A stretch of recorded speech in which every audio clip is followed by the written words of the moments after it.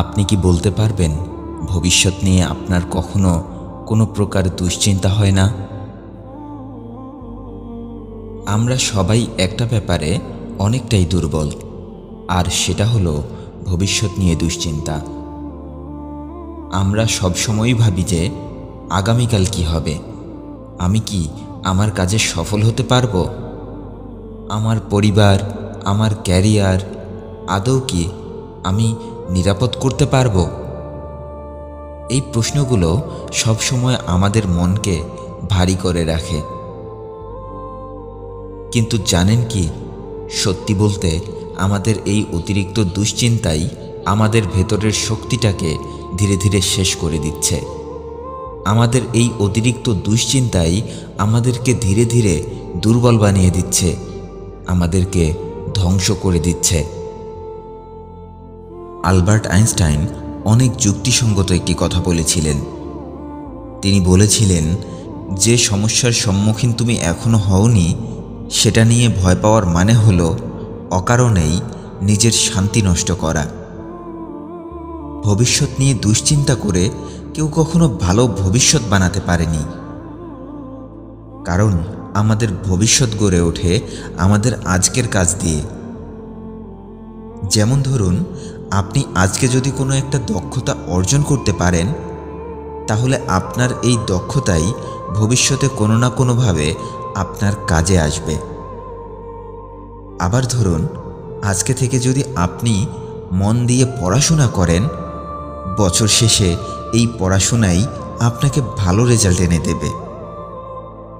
তাই বলছি, সর্বদা মনে রাখুন, আপনার আজকের কাজই আপনার ভবিষ্যৎ গড়ে তোলে। আপনি যদি সবসময় এই ভয়ে থাকেন যে ভবিষ্যতে কি হবে, আমি ভবিষ্যতে ভালো কিছু করতে পারবো কি না, তবে কখনো ভালো কিছু করতে পারবেন না।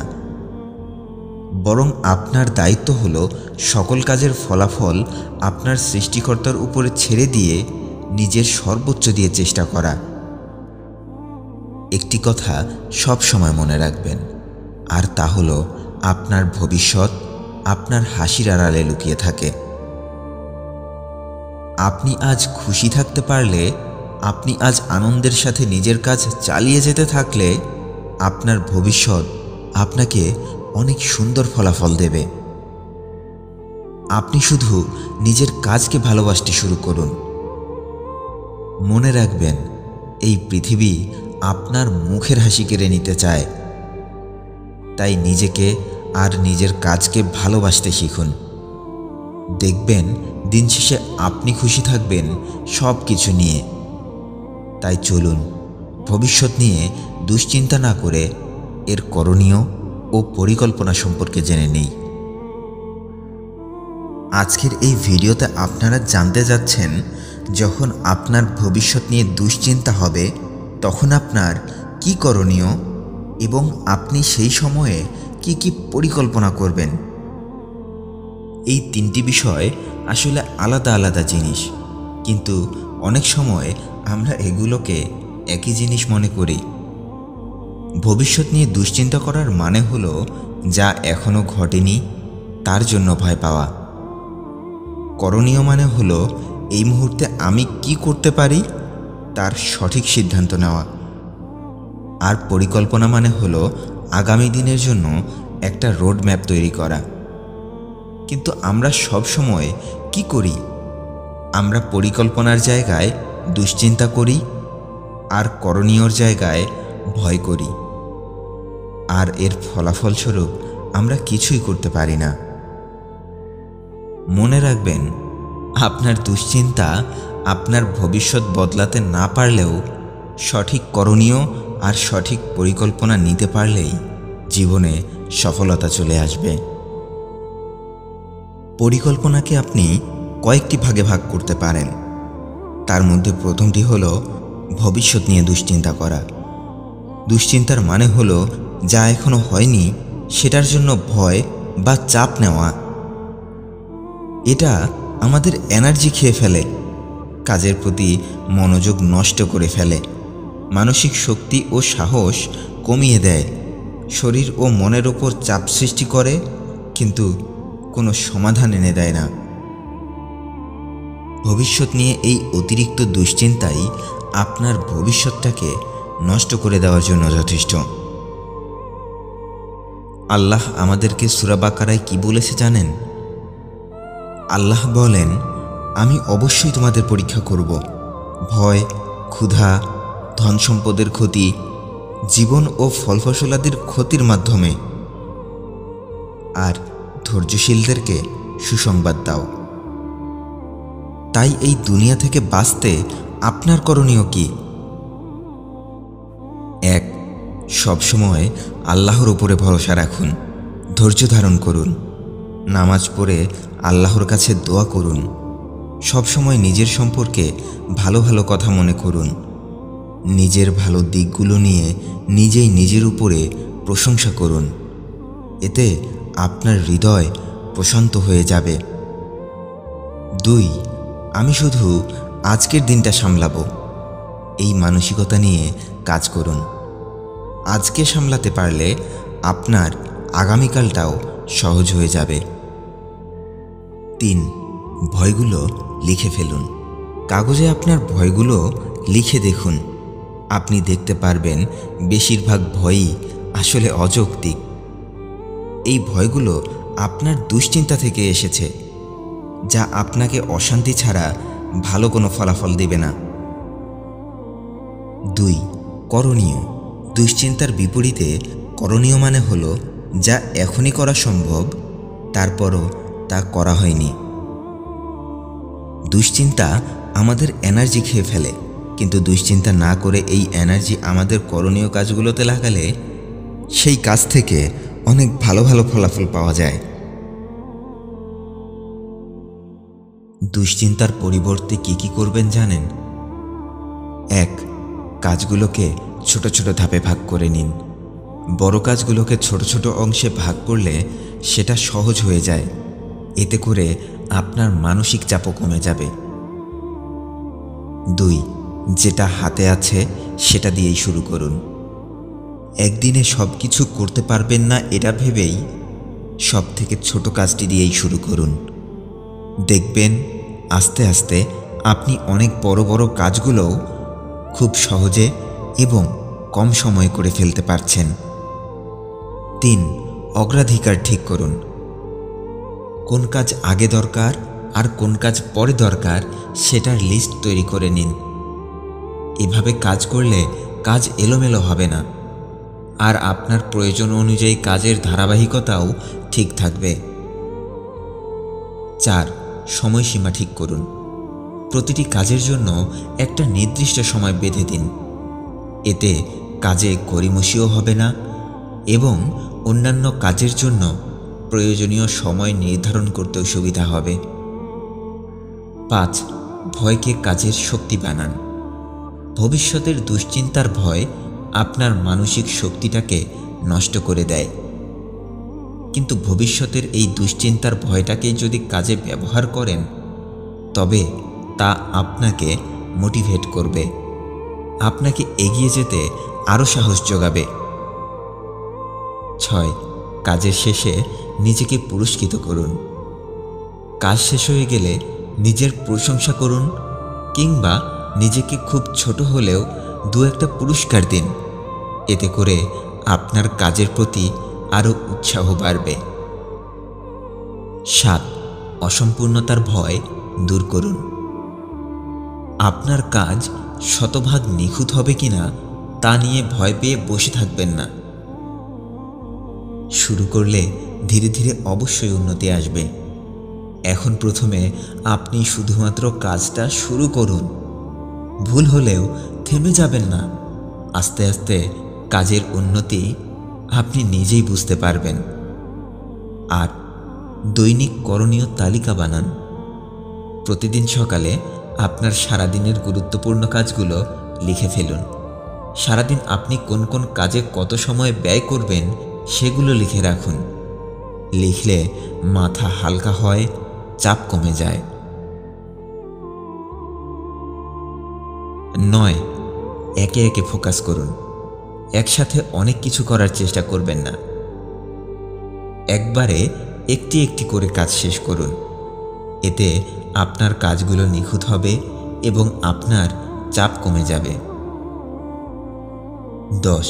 বিশ্রাম নিন ও এনার্জি রিসার্চ করুন। কাজের পাশাপাশি কিছুটা সময় বিশ্রামের জন্য বের করুন। এতে আপনার ব্রেন নতুন করে কাজ করার এনার্জি ফিরে পায়। এতে কাজের কোয়ালিটি আরও ভালো হয়। এরপর আসুন পরিকল্পনা নিয়ে কথা বলি। পরিকল্পনা মানে হলো ভবিষ্যতের জন্য প্রস্তুতি নেওয়া। পরিকল্পনা হলো রোডম্যাপ, যা আপনাকে আপনার কাজের দিক নির্দেশনা দেয়।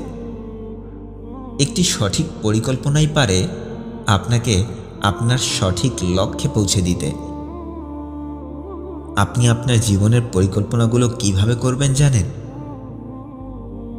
সর্বপ্রথম বাস্তবসম্মত লক্ষ্য নির্ধারণ করুন। আপনার লক্ষ্যটা নির্দিষ্ট এবং পরিষ্কার হতে হবে।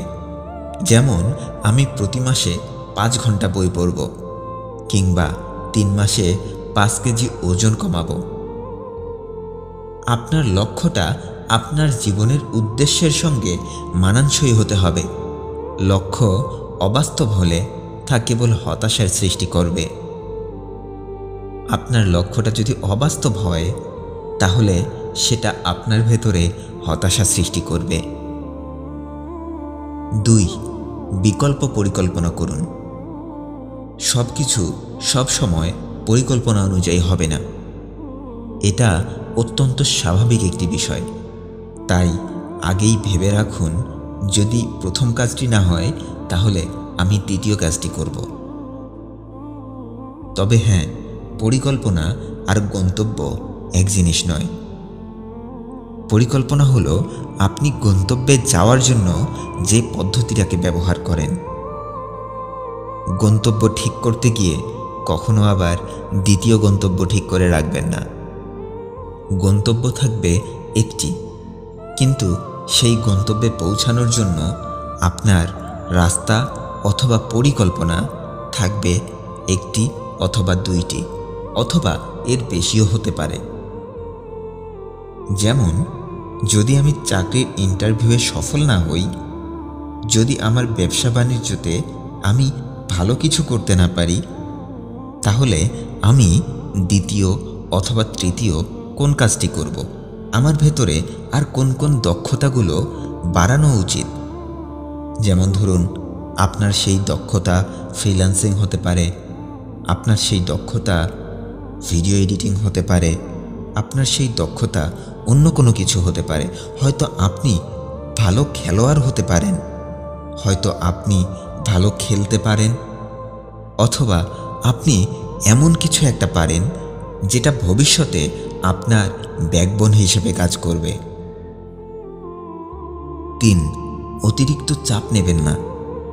পরিকল্পনা করতে গিয়ে অতিরিক্ত ভাবার মানে হলো আবার দুশ্চিন্তায় ডুবে যাওয়া,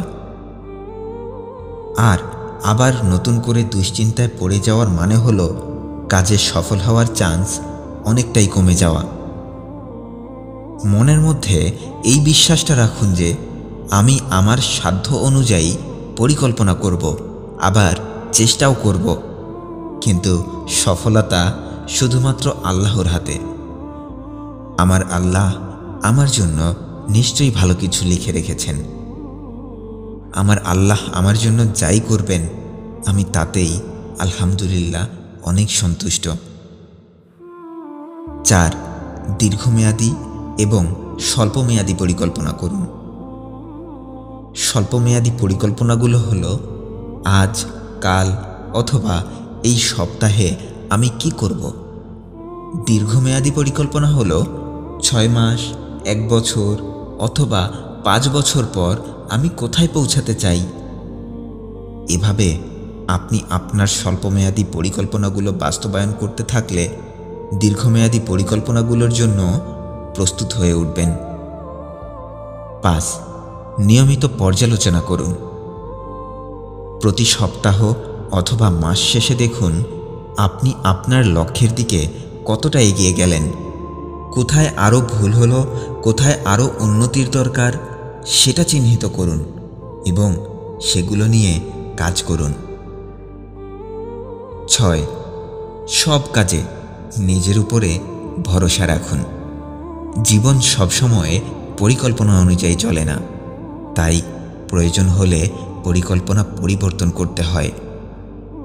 আর কখনো পরিকল্পনা পরিবর্তন করতে হলে ভয় পাবেন না। নিজের উপরে বিশ্বাস রাখুন, আপনি অবশ্যই পারবেন। পরিকল্পনার মানে হলো সঠিক পথে চলার মানচিত্র, কিন্তু মনে রাখবেন পরিকল্পনা আপনাকে প্রস্তুত করে, চেষ্টা আপনাকে সামনে এগিয়ে নিয়ে যায়, আর আপনার চূড়ান্ত ফলাফল নির্ধারণ করে আপনার সৃষ্টিকর্তার ইচ্ছায়। তাই আজ থেকে ভবিষ্যৎ নিয়ে দুশ্চিন্তা না করে সঠিক পরিকল্পনা করুন, নিজের সর্বোচ্চ দিয়ে চেষ্টা করুন, আর ফলাফলের জন্য শুধুমাত্র আল্লাহর উপরে ভরসা রাখুন। সবশেষ একটি কথা মনে রাখবেন, আপনি খুশি থাকতে পারলেই, আপনি দুশ্চিন্তা মুক্ত থাকতে পারলেই আপনার ভবিষ্যৎ অনেক সুন্দর করে সাজাতে পারবেন। তাই কোনো কিছু নিয়ে নিজেকে খুব বেশি দুশ্চিন্তায় ফেলে দেবেন না, কারণ এই পৃথিবীতে সবাই আপনাকে দুশ্চিন্তায় ফেলে দিতে চায়। কেউ আপনাকে দুশ্চিন্তা থেকে বের করে আনতে চায় না, কেউ আপনার কষ্ট দেখে আপনার জীবনে আসবে না। ভালো থাকবেন। ভিডিওটি ভালো লাগলে সবাইকে শেয়ার করে দেখার সুযোগ করে দেবেন। আর আমার চ্যানেলে নতুন হয়ে থাকলে আমার অন্যান্য ভিডিওগুলো দেখুন। আর এরকমই নতুন নতুন ভিডিওর নোটিফিকেশন পেতে চ্যানেলটি সাবস্ক্রাইব করে রাখুন। ধন্যবাদ সবাইকে।